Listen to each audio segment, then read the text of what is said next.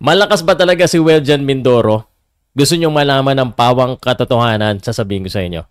So, kakatapos lang po ng laban ni Weljan Mindoro sa Dubai. Ito, isang sign na malakas. Biruin mo, nandyan si Manny Pacquiao nanonood ng laban mo at nakapanalo po siya ng IBA title, no?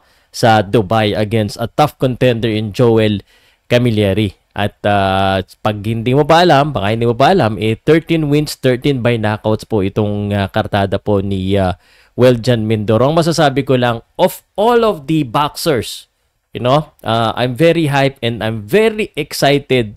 Pinaka-excited ako kay Weljan Mindoro. Alam mo kung bakit? Kasi po middleweight yan. Pag yan po ay gumaling pa at naging successful siya, pwede siyang mag-start ng bago pong mga henerasyon ng boxers na malalaki.